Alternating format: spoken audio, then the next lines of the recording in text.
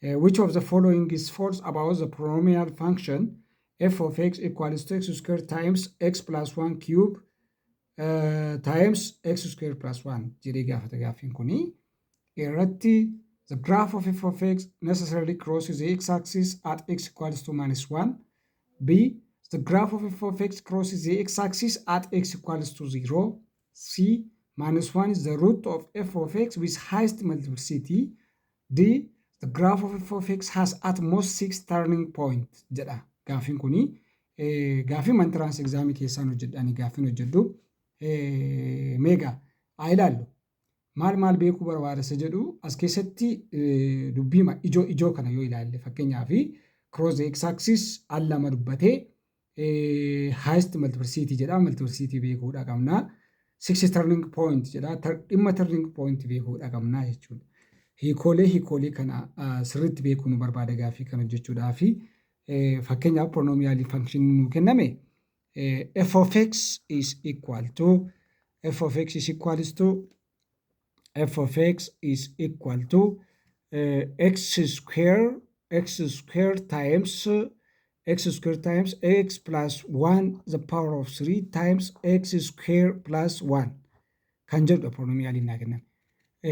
Polynomial kana daddafeen hojjedhaa zeeroo siisaa yookaan ruutti isaa yeroo hojjennu yeroo darbe hojjedheera waan ta'eef revisionidha. Walakkaan isaa x equals to 0 irratti 0 ta'a function kuni bakka kanatti yeroo x 0 goonu 0 ta'a.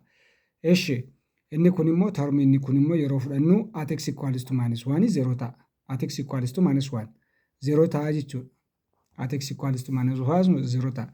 Terminichi kuni any negative number or positive number yoo fudhanne addina kana bakka kana yeroo galchinu seensinu 0 argachuu hin dandeenyu because negative illee yoo finne as gashine square ta'a square sun immoo deebi'ee positivity ijjiramee tokkotti daamee 0 kan nuuf ta'u hin jiru hin argannu jechuudha termii kanaaf 0 siin hin jiru kanaaf maal ta'ee jira 0 siin keenya 0 of minus 1 dha eshi at x equals to 0 the graph touches the x-axis or crosses the x-axis. At x equals to minus 1 the graph touches or crosses the x-axis jedhummoo beekuun dirqama ta'a. Kana murteessuun dirqama ta'a jechuudha. Maal irratti hundaa'eeti wanta akkasii kan murtaa'uu danda'u digirii polynomialii kana irratti hundaa'a. Yoo digiriin polynomialii kana evenii taate digiriin polynomialii kana evenii taanaan it touches the x-axis touch godha jechuudha. Kanaafuu amma x equals to 0 irratti touch godha.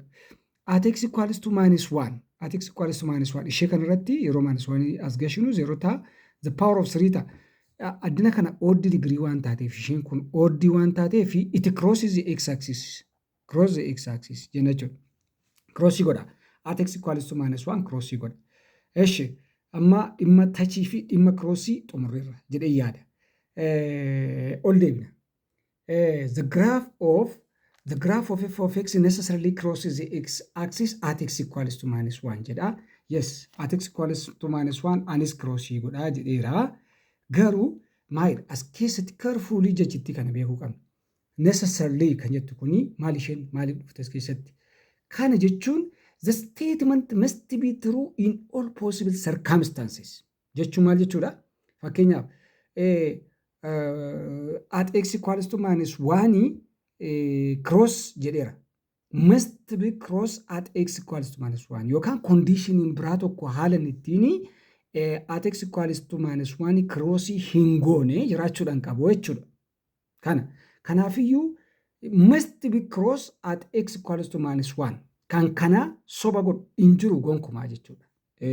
Kanaafiyyuu yes maal jechaa jira at x equals to minus 1 the degree of the polynomial is odd jedhaa jiran. Maaliif yeroo degree polynomial sana 0 siinsaa minus 1 dha. The degree polynomial immoo odd dha gaafa ta'u jiru hundumaa cross the x-axis crossii godha. Haala kamuu sadanquu hin danda'u jechaadha. Kanaafiyyuu deebiin keenya inichi the graph of f of x crosses the x-axis at x equals to 0 jedhu kun soba because touchii dha jennee. Degree isaatu evenii waan ta'eef tachiidha at x equals to 0 jennee jira kunoo asitti tachii jennee jira. Eshi gara sitti yeroo darbu minus 1 is a root of f of x with highest multiplicity jedha. Minus 1 multiplicity maalidha? Fakkeenyaaf at x equals to 0 at x equals to 0 kuni multiplicity isaa meeqa 2 dha. Multiplicitiin isaa 2dha. At x equals to minus 1 immoo multiplicitiin isaa 3dha. Multiplicitiin isa kanadha. Multiplicitiin kana lakkaa'udha. Kanaafiyyuu at x equals to 0 2dha. At x equals to minus 1 immoo multiplicitiin isaa 3dha. Kana jechuun at x equals to minus 1 3dha multiplicitiin isaa. At x equals to 0 immoo 2dha multiplicitiin isaa jechuun yeroo kana waliin compare goonu highestiin isaa 3dha. Kanaafuu yes minus 1 is root of f of x with highest multiplicity. Yes, multiplicity isaa guddaadha. The graph of f of x has at most 6 turning point jedha. At most 6 turning point. Maal turning pointiin? Turning pointiin immoo fakkeenyaaf polynomialin tokko digriin isaa n-dha ta'u. N-dha jennu. Fakkeenyaaf kan keenya digrii baasuu hin dandeenya. Digrii polynomialii keenyaa meeqa akka ta'e jechuudha. Digrii sanarraati yoo tokko hir'isnee the number of turning point graafichaa arganna. The number of turning point graafichaa arganna.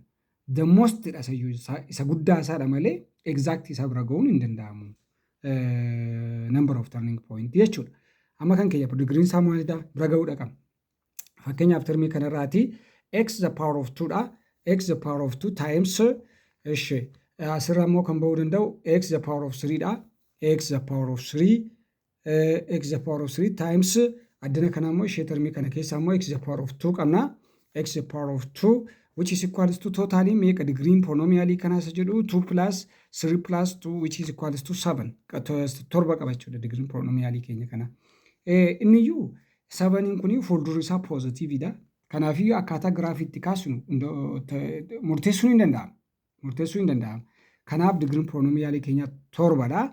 Digirii polynomialii keenya irraa torba irraati tokko gaafa hir'isnu immoo number of turning point giraafichi qabaachuu danda'u bira ga'uu dandeenya. At most 6 turning point dha qaba. Choice D irraallee true ta'a jechuudha. Kanaaf the answer is B. The graph of f of x crosses the x axis at x equals to 0 kan jedhu kuni soba ta'a jechuudha.